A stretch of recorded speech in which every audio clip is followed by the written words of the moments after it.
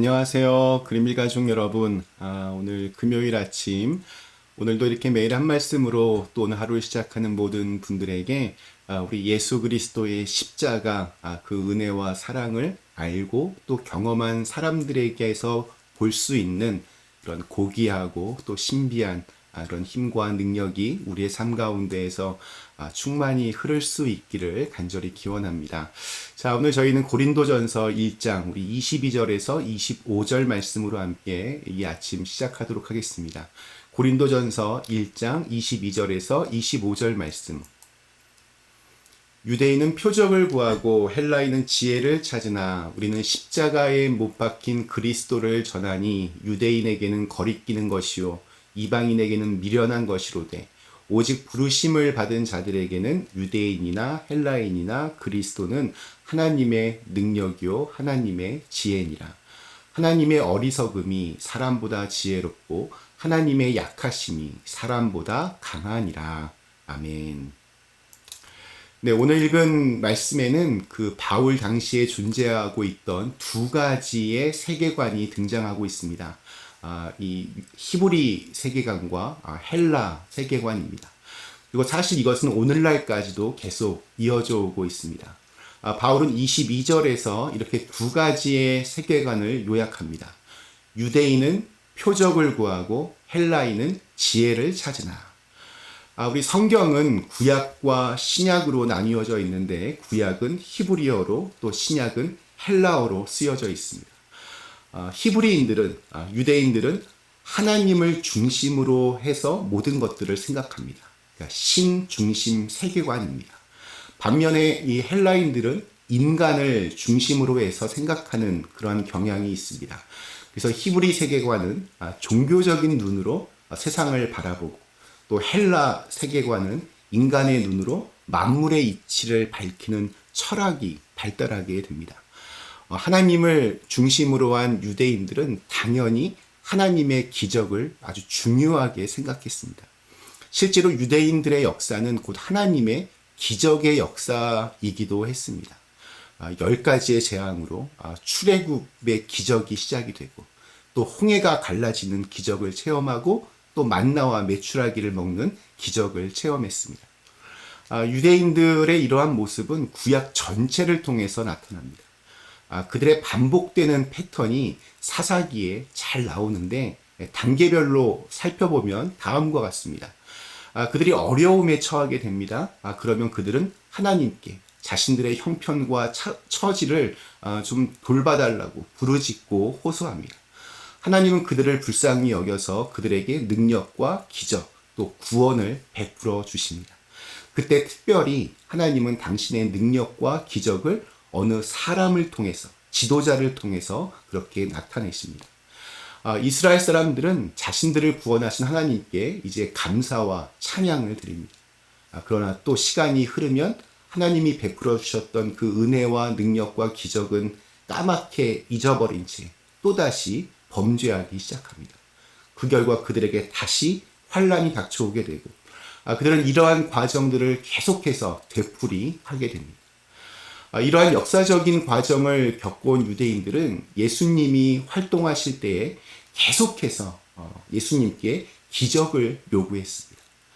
사사들처럼 민족을 구원했던 그 위대한 지도자들처럼 눈으로 볼 수 있는 그 기적과 능력을 통해서 좀 자신들을 구원해 달라고 그렇게 요청을 합니다.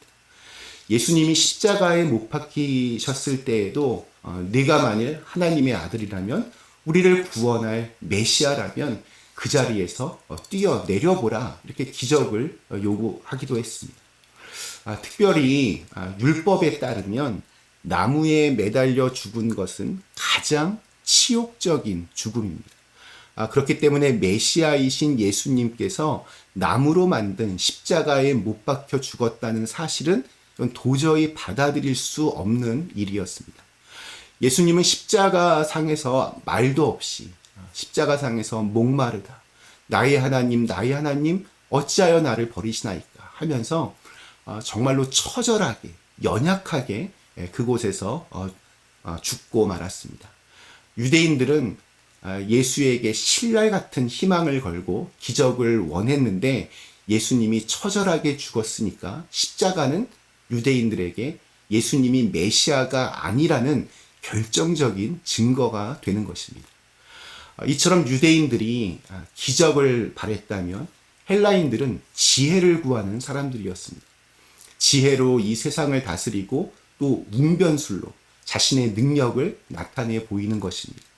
그래서 철학이 발달하고 또 웅변술이 발달했습니다. 우리 소크라테스, 플라톤, 아리스토텔레스와 같은 철학자들이 바로 이 헬라 문화에서 나왔고 또 그 전통에 이어서 서양의 철학이 발달하게 됩니다. 그들의 눈에 예수님께서 십자가에 못 박혀 죽은 것은 참으로 미련해 보였습니다. 참으로 바보처럼 보였습니다. 한마디로 요즘 말로 하면 대죽음이었습니다. 십자가에서의 그 처절한 죽음에는 어떠한 고상함도 없고 깨달음도 없고 또 지식적인 충족도 없어 보였습니다. 꿈을 이루지 못한 연약한 한 인간의 허망한 죽음일 뿐이었습니다. 그러나 예수님의 그 사랑을 경험한 바울은 십자가를 다르게 평가합니다. 그리고 십자가에서 죽으신 예수님을 이렇게 고백합니다. 우리 23절, 24절 말씀. 우리는 십자가에 못 박힌 그리스도를 전하니 유대인에게는 거리끼는 것이요 이방인에게는 미련한 것이로되 오직 부르심을 받은 자들에게는 유대인이나 헬라인이나 그리스도는 하나님의 능력이요 하나님의 지혜니라.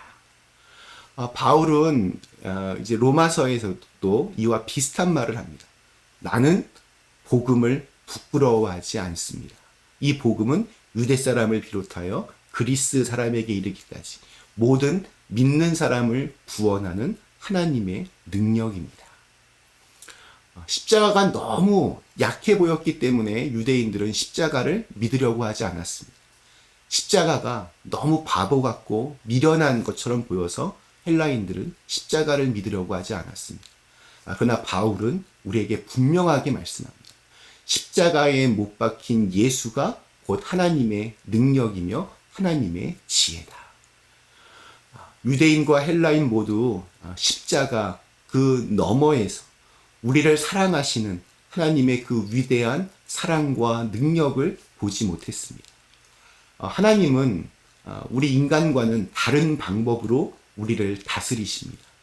마치 안 보이는 사이에 이른 새벽 일어나 이렇게 밥을 지어 놓으시고 또 우리가 없는 사이에 깨끗하게 집안을 청소해 놓으시는 우리 엄마의 손길처럼 또 아내의 수고처럼 말입니다.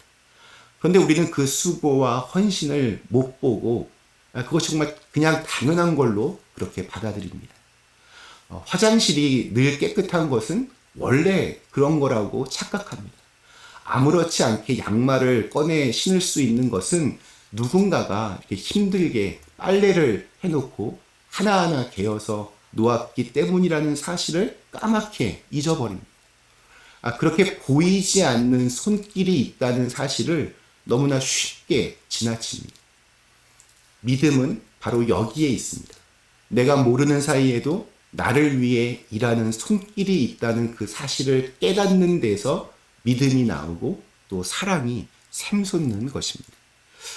오늘 우리에게 주신 하루 어떤 일이 어떻게 벌어질지 우리는 알 수 없습니다. 그러나 어떠한 일이 벌어진다 할지라도 또 어떤 문제가 닥쳐도 주님의 손을 벗어나는 일은 없습니다.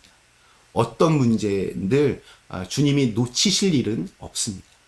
그렇기 때문에 우리 믿음으로 먼저 감사할 수 있는 그런 하루가 되었으면 좋겠습니다.